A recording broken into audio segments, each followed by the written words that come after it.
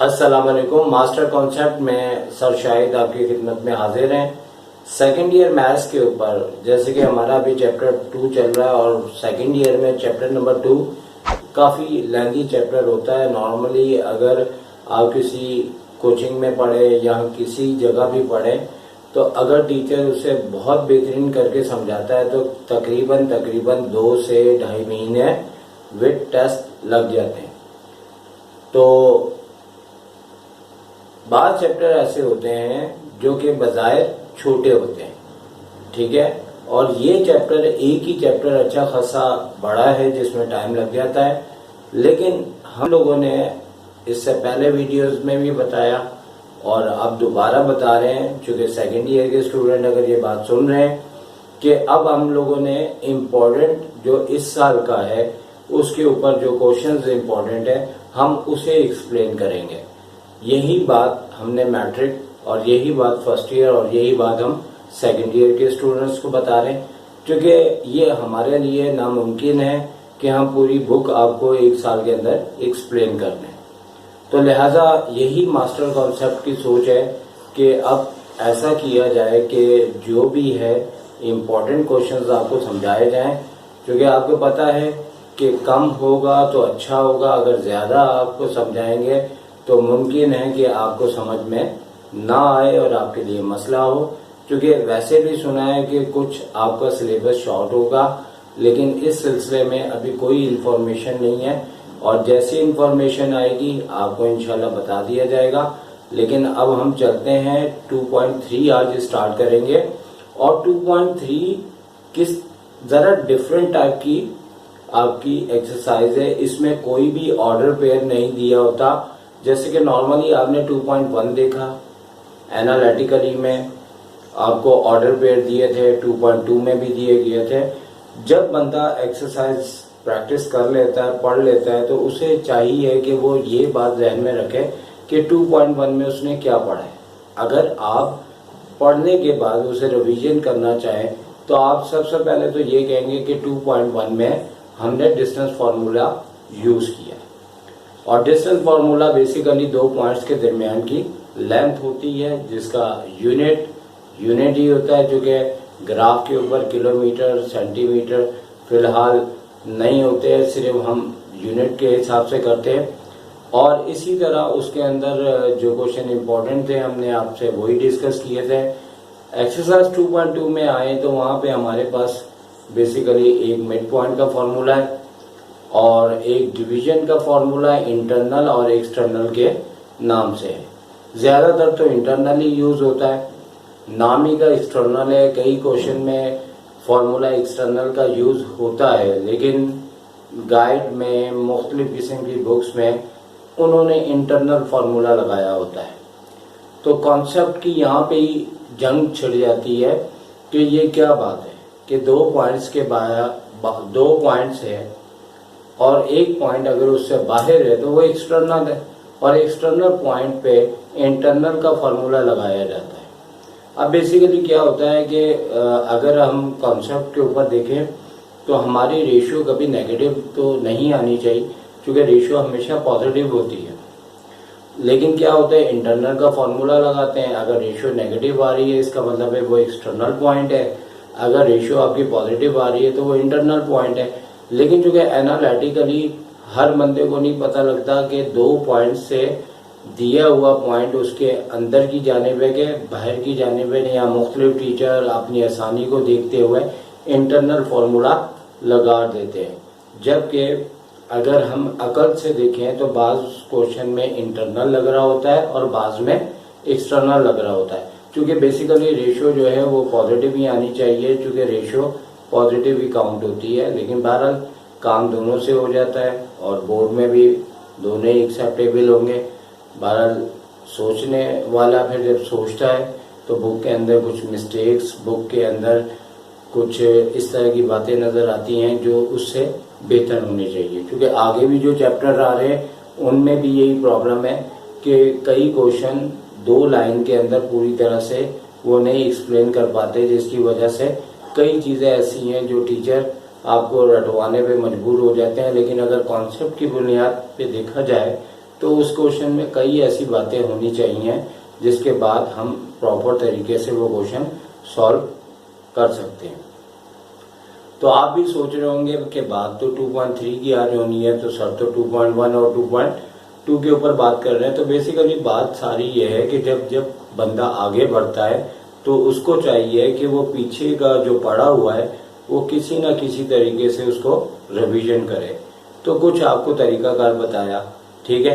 अब जाहिर सी बात है 2.2 के अंदर जो क्वेश्चंस हैं वो इस तरह के हैं, आपको ऑर्डर पेयर्स दिए होते हैं, ठीक है। जो कभी वर्टिसेस के जो है वो ट्राइंगल के वर्टिसेस होते हैं, कभी क्वाड्रिलेटरल के होते हैं, कभी एक लाइंस होती हैं उसके ऊपर पॉइंट्स होते हैं। तो अभी 2.3 में सबसे बड़ा प्रॉब्लम ये है कि इसके अंदर कोई पॉइंट्स नहीं दिया होता। तो बिल्कुल जैसे अगर आपको याद हो क्लास 10 के अंदर मैट्रिक के थ्योरम, बिल्कुल वो अंदाज होता है कि आपको 2-3 लाइनों के अंदर एक्सप्लेन कर दिया जाता है, जिसके बाद कोई ऑर्डर पेयर नहीं होता। तो बच्चा ये सोचता है कि 2.1 और 2.2 में तो हमने ऑर्डर पेयर्स की बुनियाद पे हमने आंसर्स निकाले थे, लेकिन यहाँ ऐसा क्या हो रहा है। तो 2.3 के अंदर कोई ऑर्डर पेयर नहीं है और हमें खुद ही इसके ऊपर एक्सपोजिशन करनी पड़ेगी। और हम बेसिकली कर क्या रहे हैं कि आपको 2.3 का जो है वो कोई क्वेश्चन समझाएं। हमने उसके बजाय एक एग्जाम्पल ले ली है और वो एग्जाम्पल हर साल इम्पोर्टेंट होती है। वो एग्जाम्पल एग्जाम में किसी टाइम भी आ सकती है, तो फिर पेपर में बच्चे ये कहते हैं पेपर आउट आए। और दूसरा उसका फ़ायदा ये है कि अगर वो मैं आपको एग्जाम्पल करवाता हूँ तो ना वो सिर्फ के वो एग्जाम्पल अक्सर तो करवाते नहीं है कोई भी, और शायद ही कोई 10 में से एक कोचिंग वाला या फिर 100 में से एक स्टूडेंट खुद अपने तौर पे कर ले। अदरवाइज क्वेश्चंस ही पूरे साल में हो जाए मुकम्मल तो बड़ी बात है। और ये हकीकत है कि कोर्स बहुत ज़्यादा है कि एक साल के अंदर भी बड़ा मुश्किल होता है उसे अच्छे तरीके से पढ़ाना। तो अब उस एग्जाम्पल्स में आपकी 2.3 के भी कई बातें आपकी कवर अप हो जाएगी। और जैसे कि हमने वीडियोस में कहा है कि यहाँ हमारा प्रोग्राम है सिर्फ आपको इम्पोर्टेंट क्वेश्चन जो इस साल आने के चांसेस हैं। तो इस एग्जाम्पल से एक तो ये एग्जाम्पल भी हो जाएगी, दूसरा ये कि आगे वाले क्वेश्चन भी आप अगर कहीं पढ़ भी रहे हैं, कॉलेज में पढ़ रहे हैं, भाइयों से पढ़ रहे हैं, हमसे पढ़ रहे हैं, तो आप इंशाल्लाह बाकी के भी क्वेश्चन अगर करेंगे तो एक अदद अगर कोई भी अच्छे राइटर की गाइड ले लें तो आप बआसानी पढ़ सकते हैं, ठीक है। तो चूंकि 2.3 के बारे में ये बात है कि आज से यानी सन 2000 से पहले यहाँ से क्वेश्चन आता नहीं था और ये कह के छुड़वा दिया जाता था कि भाई यहाँ से तो आता ही नहीं।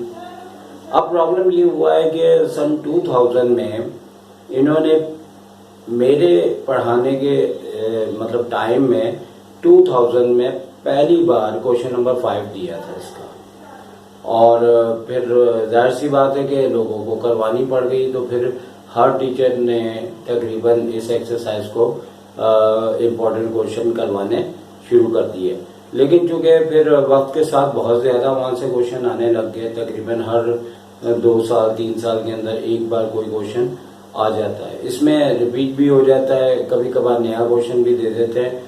और बहुत से बच्चे इस टाइप के क्वेश्चन जिसमें ऑर्डर पेयर नहीं दिया होता तो बहुत ज़्यादा इसको मुश्किल लेते हैं, वो कहते हैं बहुत मुश्किल है। लेकिन बाज़ बच्चे जिनके मैथ्स अच्छा हो और वो सेकेंड ईयर के कॉन्सेप्ट को समझ जाएं तो वो कहते हैं कि बहुत इजी है। और वाकई में देखा जाए इजी है, बस हिम्मत की ज़रूरत है और आप अपने आप की सोच बनाएं कि जो आप काम कर रहे हैं इसके अंदर 2 चैप्टर के अंदर वो किस टाइप का है।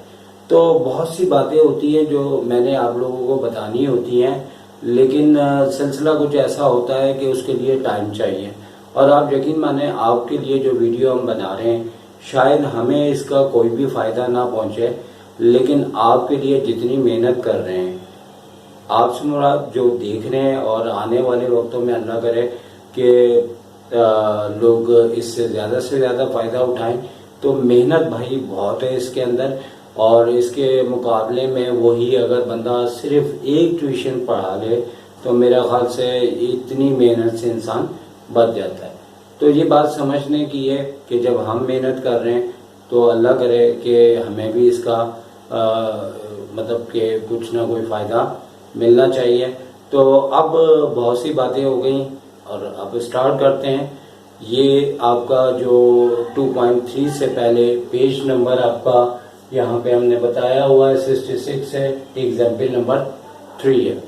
तो बिल्कुल इस टाइप का तो कोई भी क्वेश्चन आपकी 2.3 में नहीं है, यानी कि 100% ये अलग है। और एक्सरसाइज में ट्रायंगल्स के हैं, ट्रेपेजॉइड के हैं, और यहाँ पे इन्होंने पैरेललोग्राम के ऊपर दिया हुआ है क्वेश्चन, और कुछ इस तरह से दिया हुआ है कि आपको समझने में अक्सर बच्चों को प्रॉब्लम हो जाता है। तो चलते हैं अब क्वेश्चन की तरफ हम चलते हैं, और ये हमारा नोट कर लें कि 2.3 से रिलेटेड ही हम कहेंगे, क्योंकि हमने चूँकि एग्जाम्पल करवानी है तो हम ये डिसाइड कर रहे थे कि इसे 2.3 लिखें कि बस चैप्टर नंबर 2 लिखें। तो बहरहाल हम इसे 2.3 लिख रहे हैं, लेकिन चूँकि 2.3 की टेक्निक के ऊपर ही ये एग्जाम्पल है और उसी से एक पेज पहले दी हुई है। और थोड़ी देर पहले हमने चूँकि फर्स्ट ईयर का लेक्चर दिया था,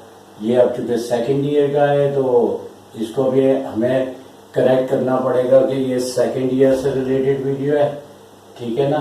तो आप देख सकते हैं कि काफ़ी मेहनत करनी पड़ती है, ठीक है। कई चीज़ें तो हम आप लोगों के सामने आने से पहले करके रखते हैं ताकि आपका टाइम बच जाए, ठीक है। और क्वेश्चन भी हमने लिखा हुआ है, फिगर भी अगर आप देखें तो तकरीबन हमारी कंप्लीट है, और हमने उस स्टेज पर आके छोड़ दी है जहाँ से समझ स्टार्ट हो जाती है, ठीक है। तो अब हम इसको पूरी तरह से क्वेश्चन को पढ़ते हैं और क्वेश्चन के ऊपर हम समझते हैं कि इसमें क्या बोला हुआ है और क्या इसकी टेक्निक होगी। तो एग्जाम्पल नंबर 3 है, क्वेश्चन को हम पढ़ते हैं। तो क्वेश्चन में लिखा हुआ है कि prove that the figure obtained by joining in order the midpoint of the sides of any quadrilateral is a parallelogram। अब बात सारी ये है कि पहले तो कुछ बातें हमें पता होनी चाहिए कि पैरेललोग्राम किस टाइप की होती है, क्वाड्रिलेटरल होता क्या है। तो पहले बात क्वाड्रिलेटरल के ऊपर कर लेते हैं। क्वाड्रिलेटरल असल में उर्दू में बात की जाए तो इसका मतलब होता है चकोर। तो चकोर क्या होता है? एक परिंदा भी होता है, कहीं वो ना समझ लीजिएगा आप, जिसके 4 कोने हों, ठीक है, जिसके 4 कोने हों। जैसे हमारा ये व्हाइट बोर्ड है, इसके 4 कोने हैं, तो ये क्वाड्रिलेटरल कहलाएगा।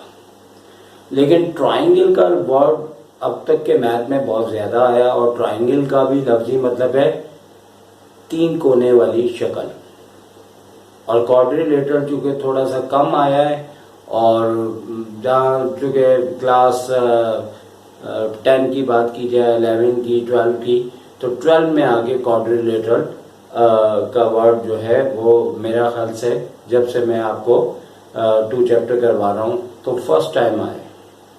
तो अब क्या होता है कि ट्राइंगल के अंदर हमारी 3 कोने वाली फिगर्स होती हैं, जिसमें आपका राइट एंगल हो गया, आपका इक्विलैटरल ट्राइंगल हो गया, और भी बहुत सारी होती हैं। तो क्वाड्रिलेटरल बेसिकली मेन नेम होता है 4 कोने वाली फिगर्स का।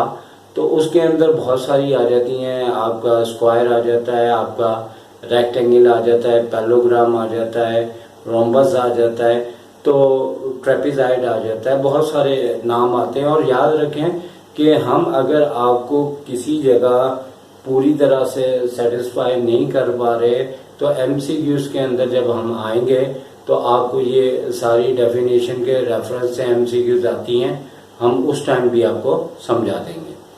तो लिहाजा क्वाड्रिलेटरल का कहना यानी एक मिसाल मेरे जहन में आ रही है, तो मैं क्यों ना आपको बताऊं। जैसे मर्द और औरत, तो अब आप औरत को जो है वो ट्राइंगल कह लें, मर्द को आप क्वाड्रिलेटरल कह लें। अब आपको पता है कि मर्दों में भी क्या होता है, बच्चा, लड़का और दादा, ठीक है, परदादा, तो यानी कि वो जेंट्स से रिलेटेड है, तो 4 कोने हैं तो उससे रिलेटेड बात है। इसी तरह ट्रायंगल पे अब क्या मैं दादी और ये बोलूं, यानी कि कहने का मतलब है कि 4 कोने के अंदर फिर बहुत सारी फिगर्स के नाम आ जाते हैं और ट्रायंगल में भी बहुत सारे फिगर्स के नाम आ जाते हैं। तो भाई बस बहुत बोल लिया और आपने भी सुन लिया, ठीक है। अब आ जाओ फौरन क्वेश्चन में करना क्या है। तो भाई ये अगर हमारा कैमरा में इसको क्लोज करे तो, और अगर आपको ये कलर भी नजर आ रहा है तो ब्लैक कलर में बेसिकली हमने क्वाड्रिलेटरल शो किया है और रेड कलर में हमने जो है वो पैरेललोग्राम शो किया है। लेकिन आप सोच रहे होंगे कि ये तो कलर से सर ने बता दिया, क्वेश्चन को भी तो जरा समझा जाए ना। तो भाई इसके अंदर जो बात है, क्वाड्रिलेटरल को पहले समझ लें।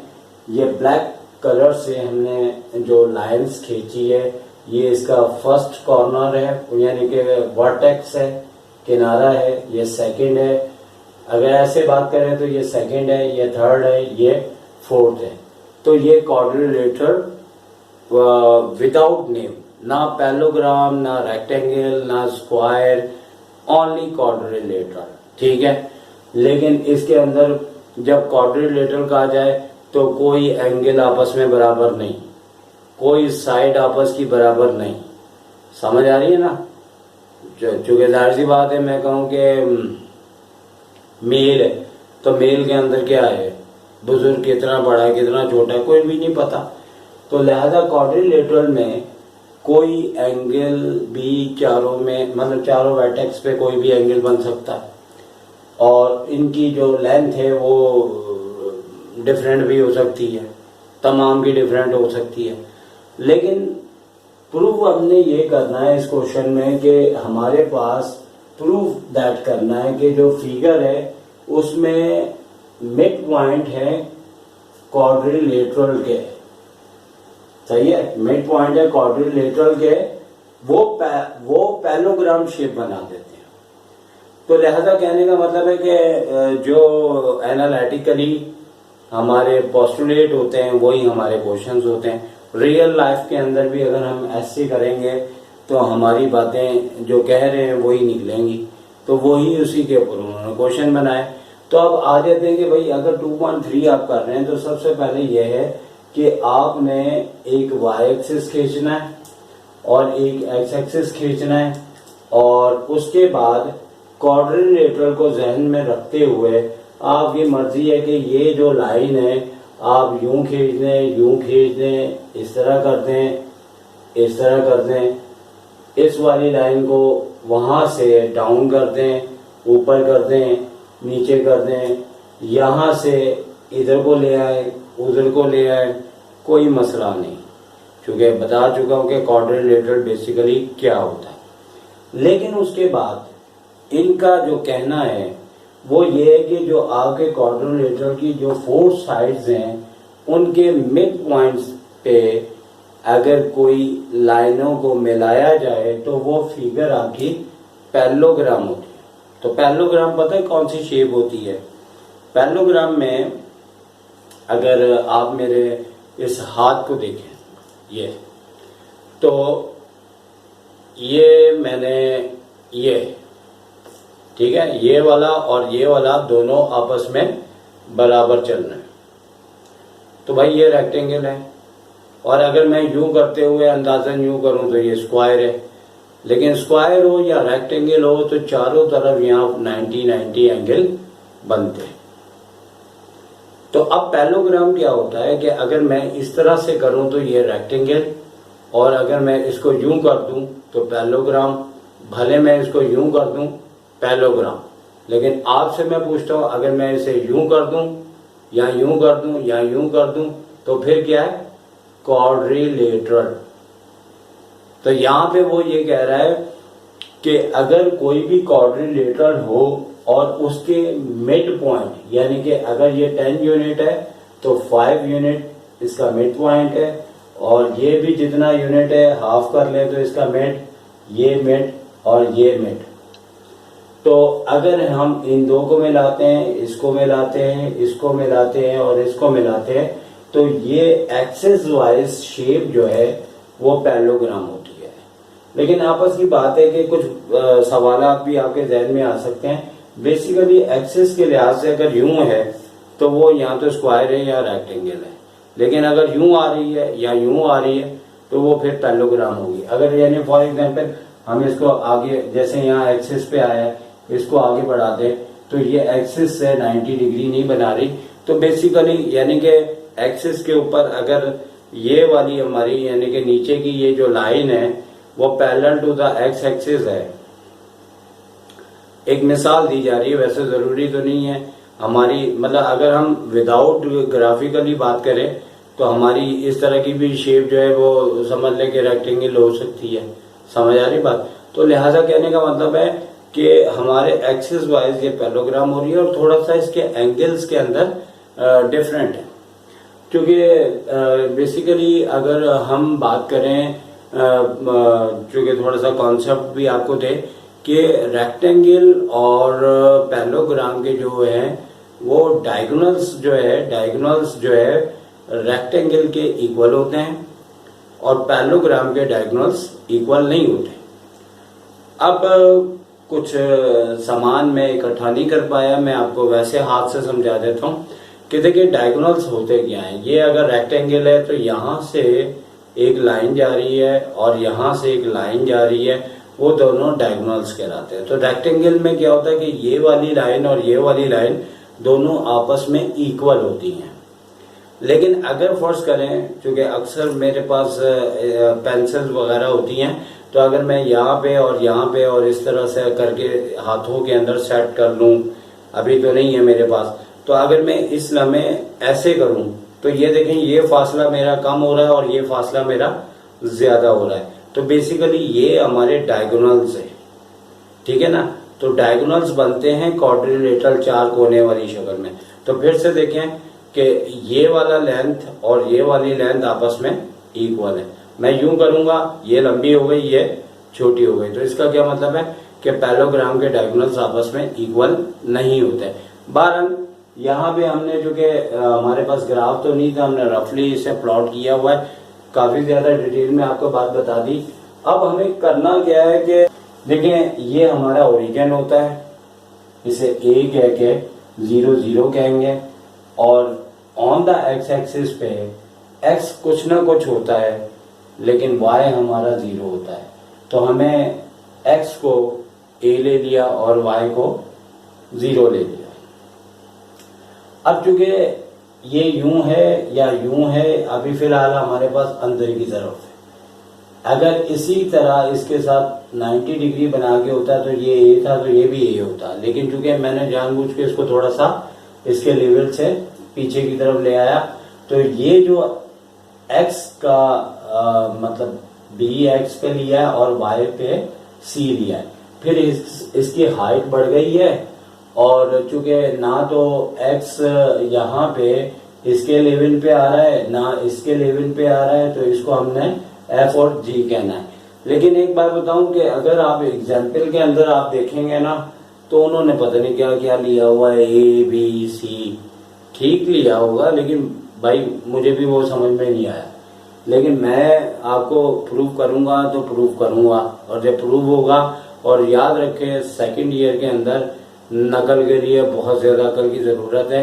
एक ही क्वेश्चन के इतने इतने अंदाज हैं कि आगे वाले का आंसर कुछ आ रहा है, पीछे वाले का कुछ आ रहा है, साइड वाले का कुछ आ रहा है, लेकिन सारे अच्छे स्टूडेंट हैं तो सबका सही आ रहा है।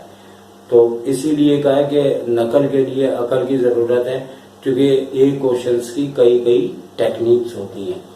तो अब ये पॉइंट हमने ले लिया, लेकिन अगर आप बुक की एग्जाम्पल देखेंगे तो उन्होंने बहुत सारे वेरिएबल लिए हुए हैं। मैं नहीं कहता कि वो गलत है, लेकिन उससे ज्यादा आसान है कि आप सिंगल सिंगल वेरिएबल लें। आपको क्या टेंशन पड़ी हुई है कि आप बुक वाली चीज को रटें?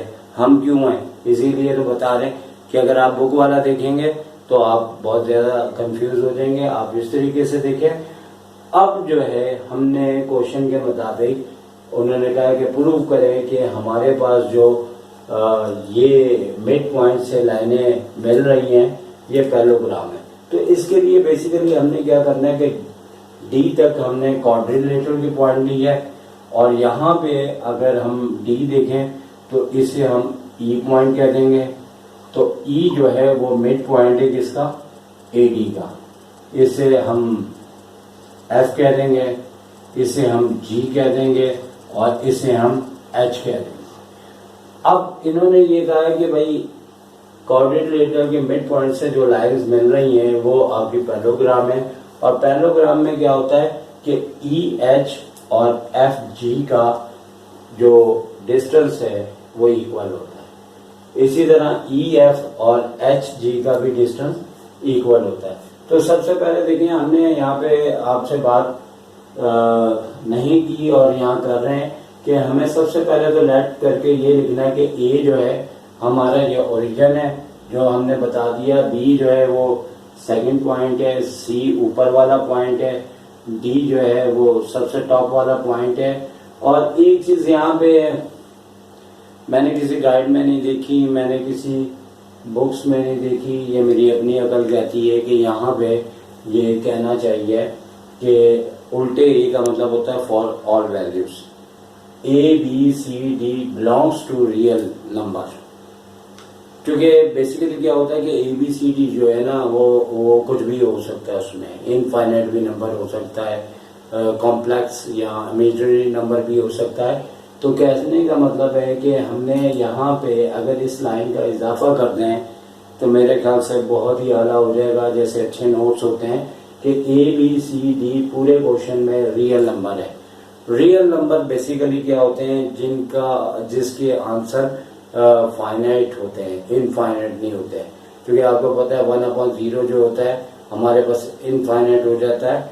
तो बेसिकली जब भी कोई ए बी सी का जिक्र हो तो अगर आप साइड पे कहते हैं कि बिलोंग्स टू रियल नंबर तो यकीन माने कि आपका सोल्यूशन बहुत अच्छा हो जाएगा। लेकिन ये रुझान अभी तक देखने में नहीं आया। लेकिन बहरहाल बहुत आला टीचर हैं, वो गाइडों को नहीं देखते, वो लोगों को नहीं देखते, वो अपनी अकल से बात करते हैं। बहरहाल मैं तो बहुत छोटा सा टीचर हूँ, लेकिन फिर भी जो मेरी सोच है मैं आप लोगों को बता रहा हूँ। और जिनको कोई इतराज़ है अगर मैं गलत कह रहा हूँ, अगर टीचर मेरी वीडियोस देख रहे हैं और बड़े मैथ्स में पीएचडी की हुई है तो मेरे लिए आप मैसेज करें। अगर मैं गलत हूँ तो मुझे बताएं। मेरे ख्याल से ये चीज़ होनी चाहिए, क्वेश्चन में दम आ जाएगा। अच्छा आगे हम ये चलते हैं। तो आगे हमारे पास क्या है कि बेसिकली हमने ये कहने के बाद are the vertices of a quadrilateral E, अब ये बात हो गई and E F G H, जैसे कि हमने अभी लिखा are the mid points of quadrilateral. तो भाई 2.3 में सारे क्वेश्चन ऐसे ही होंगे, इसी तरह से आपने लेने होंगे पॉइंट्स। और उसके बाद आप जो है हमने क्या करना है कि सबसे पहले ये बताने के टू प्रूफ क्या करना है। तो टू प्रूफ जो हमने करना है तो वो नोट कर लें कि हमें प्रूफ ये करना है कि हमारे पास ई एफ का डिस्टेंस इक्वल है किसके, जी एच के। ठीक है, E F equal to G H या H G and E H is equal to F G. तो सेकेंड प्रूफ क्या है कि E H is equal to distance F G.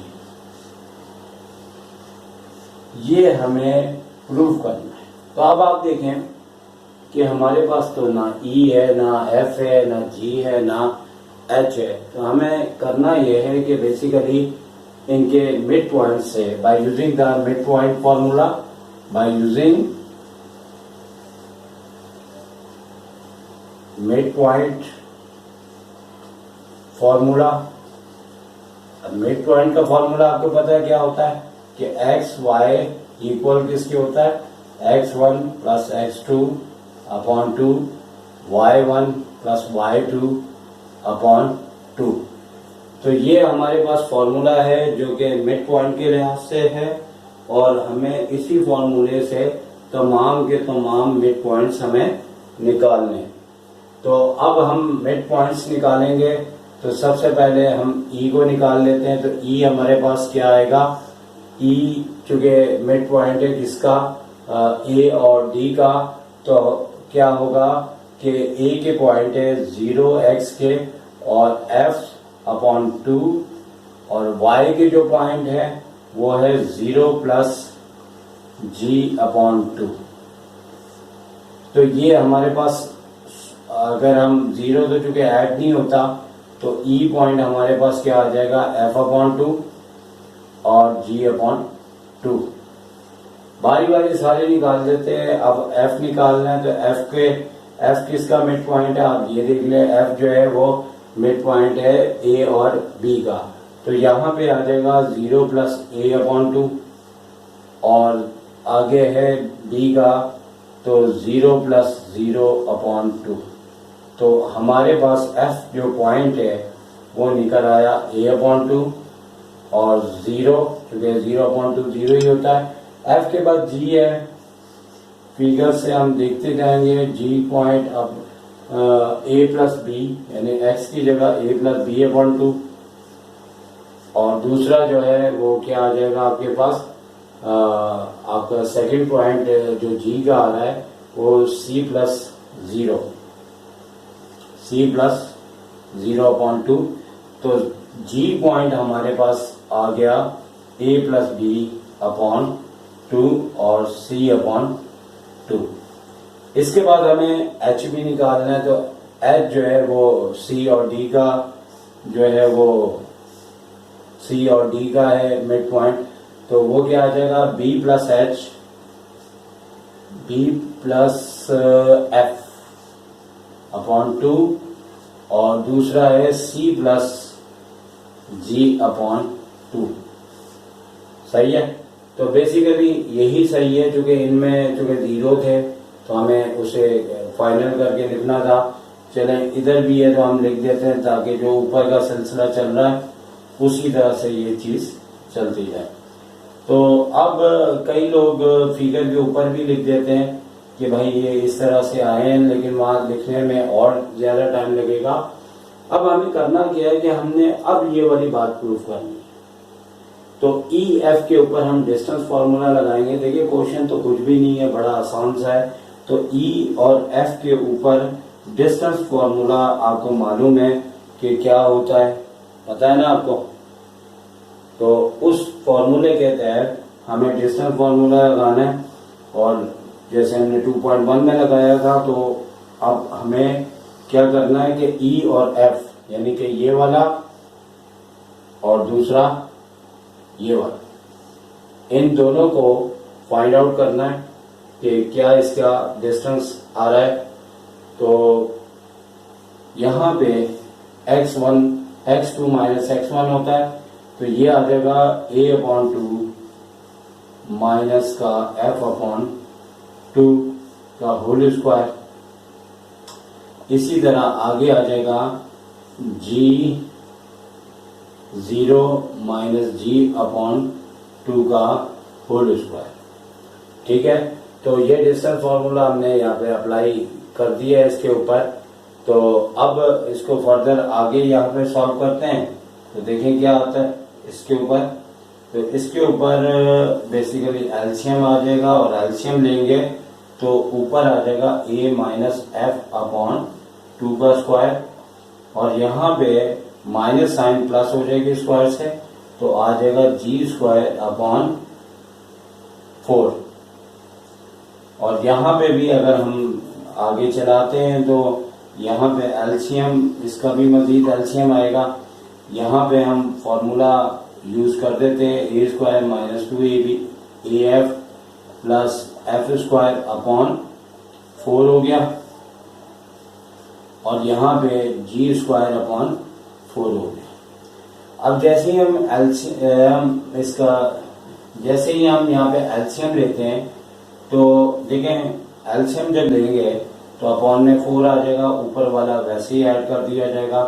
तो A square minus 2af plus F square plus G square.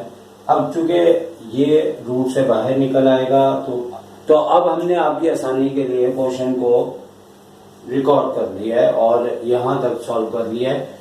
जैसा कि आपको यहाँ पे समझा दिया था कि वैल्यूज रखने के बाद हम लोगों ने क्या करना है कि यहाँ पे एलसीएम लेना है, लेकिन इस जगह फॉर्मूला लगा देंगे पहले।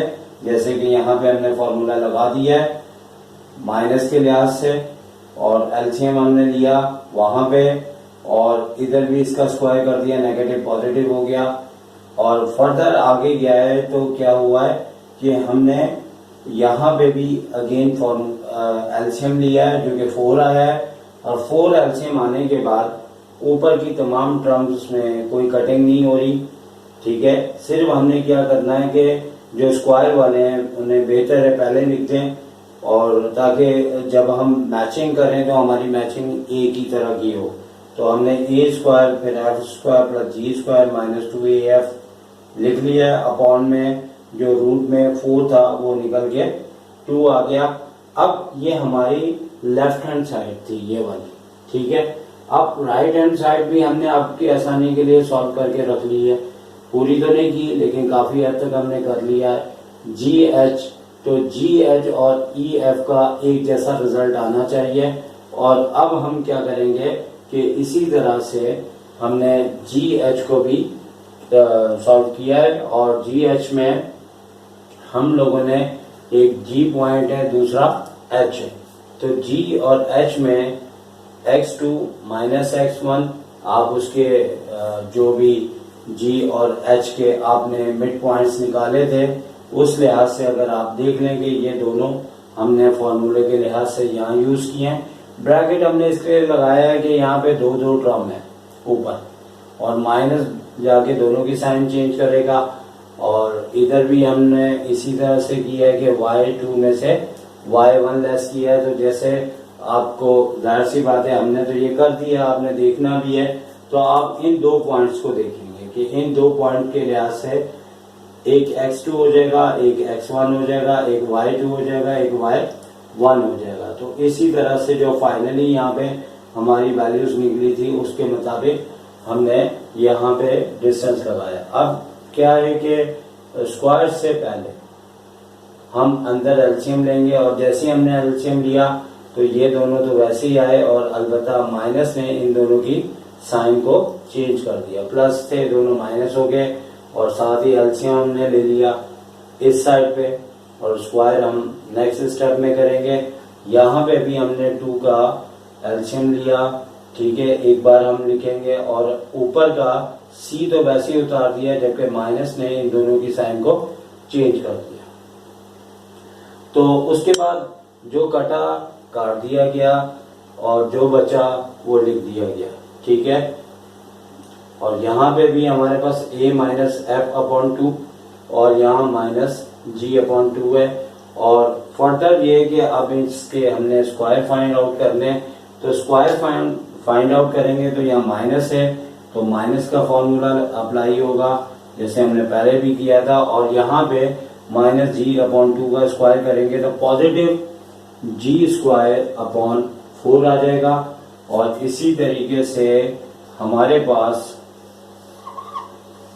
दोबारा एलसीएम लेंगे तो 4 एलसीएम आ जाएगा, और 4 एलसीएम लाने के बाद A square minus 2af plus F square plus G square. अब बेसिकली जैसे हमने यहाँ पे लेफ्ट हैंड साइड पे किया था कि स्क्वायर वाले पहले लिख दिया और ये रूट से बाहर निकल के 4 से 2 हो जाएगा। और यहाँ पे ए स्क्वायर फिर एफ स्क्वायर फिर जी स्क्वायर और फिर माइनस में 2af अपॉन में 2 आ जाएगा। रूट से निकलना है, जो मैथमेटिकली रूल होगा वो आपने अप्लाई करना है। तो इसका भी यूनिट आया, तो लिहाजा हमने ये वाला पार्ट प्रूफ कर लिया। तो यहाँ पे ये पार्ट हमारे पास E और दूसरा F, इसी तरह से